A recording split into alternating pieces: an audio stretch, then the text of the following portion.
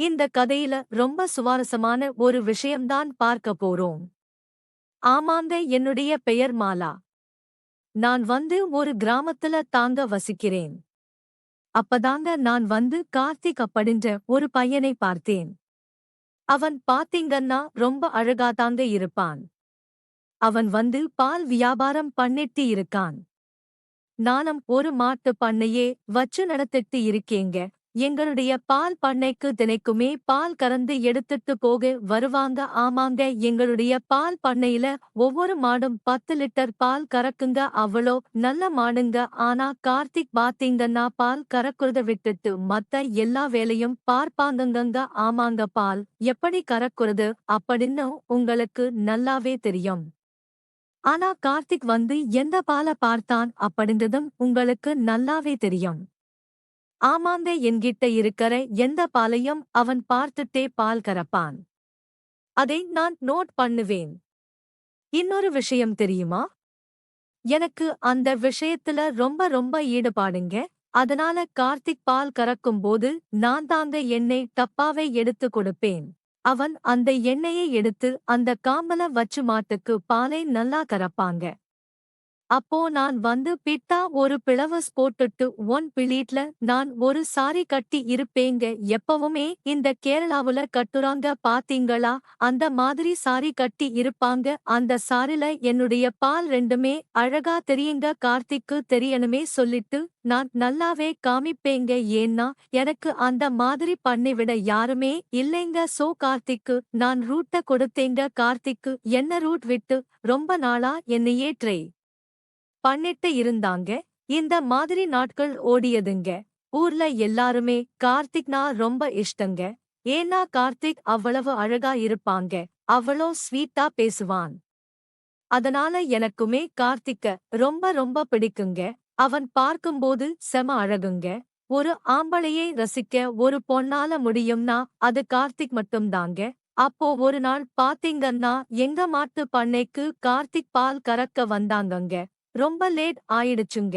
10 மாட்டை பால் கறக்கணும். கரண்ட் வேற இல்லைங்க. நான் தாங்க இந்த விளக்கு புடிச்சுக்கிட்டு வெளிய நின்னுட்டு இருந்தேங்க. கார்த்திக் வேக வேகமா பால் கறந்தாங்க. ஏன்னா ஸ்டோரும் மூட போகுதுங்க. அந்த பாலக்கார எடுத்துட்டு போயிட்டு ஸ்டோர்ல ஊத்தணுங்க. அந்த சமயத்துல பலத்த மழைங்க. மழையில மாடெல்லாம் ஒன்னொன்னா அருந்துட்டு ஓடிடுச்சுங்க. ஏன்னா இடி மின்னல் காத்து எல்லாமே அடிச்சதுங்க. அப்போ கார்த்திக்க ஹெல்ப்புக்கு கூப்பிட்டாங்க. இந்த மாதிரி என்னுடைய மாடெல்லாம் அவுத்துட்டு ஓடிடுச்சு, வாங்க கொஞ்சம் உதவி பண்ணுங்கன்னு கூப்பிட்டாங்க. கார்த்திக்கோ வேற வழி தெரியாம இருட்டுல என்னுடைய மாடை எல்லாம் புடிச்சு கட்டுனாங்கங்க. அந்த சமயத்துல பால் கடையும் மூடிடுச்சுங்க.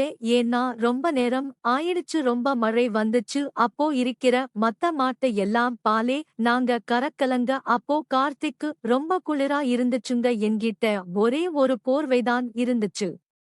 அந்த போர்வையை நான் கார்த்திக்கு கொடுத்தேன். அப்போ கார்த்திக்குடைய பார்வை மாறிடுச்சுங்க. ஏன்னா அவருக்கு ரொம்ப குளிருச்சுங்க. கார்த்திக் என்னுடைய பாலை பார்க்க ஆரம்பிச்சட்டாங்க. என்னுடைய பாலை நான் யூஸ் பண்ணிக்கவா, அதாவது கார்த்திக் கேட்டாங்க. நான் யூஸ் பண்ணிக்கவா அப்படின்னு.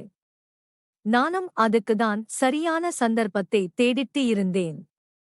கார்த்திக்கு என்னுடைய பாலை கொடுத்தேங்க. அழகா மாட்டுக்கு கறக்குற மாதிரி கறந்து விட்டாங்க. அப்படியே குடிச்சாங்க, விளையாடுனாங்க. அந்த பாலை ரசிச்சு ரசிச்சு குடிச்சாங்க. உங்களுக்கும் இந்த மாதிரி பால் குடிக்க பிடிக்கும்னா சொல்லுங்க. கார்த்திக் அந்த அளவுக்கு அந்த பாலை கசக்கி கசக்கி நல்லா விளையாடுனாங்க.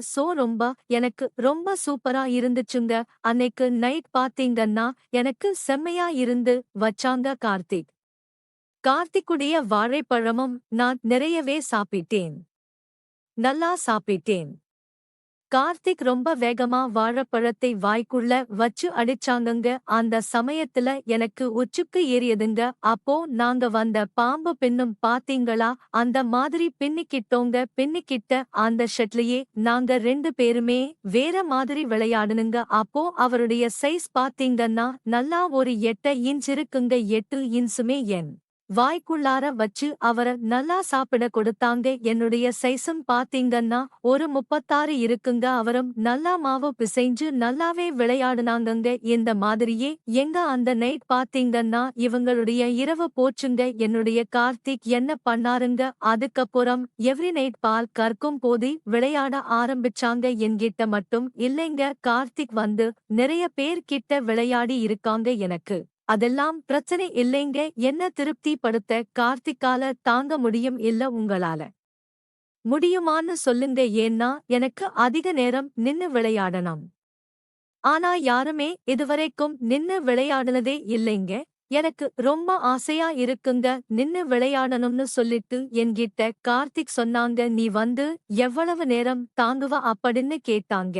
நான் சொன்னேன், நான் வந்து எவ்வளவு நேரம் வேணா தாங்குவ, எனக்கு நின்னு அடிக்கணும். எனக்கு ஒரு மணி நேரம் குத்தி குத்தி விளையாடுனா ரொம்ப பிடிக்கும்னு சொன்னேங்க. அதுக்கப்புறம் கார்த்திக் தினமும் 1 மணி நேரம் பிராக்டிஸ் பண்ணுவாருங்க. ஆனா அந்த இடத்துல வரும்போதே ஒரு 10 ஏத்துலயே மட்டும் வந்துருங்க. அப்பயும் விடாம நான் கேப்பேங்க, உங்களால 10 ஏத்துலயே வந்துருமா இல்ல வந்து நீங்களும் ஒன்னா ட்ரை பண்ணி நீங்களும் அடிப்பீங்களான்னு சொல்லுங்க. இந்த விஷயம் எனக்கு ரொம்ப ரொம்ப பிடிக்குங்க. உங்களுக்கு பிடிக்குமான்னு சொல்லுங்க. பிடிச்சா கமெண்ட் பண்ணுங்க. ஓகே ஃப்ரெண்ட்ஸ், பாய்.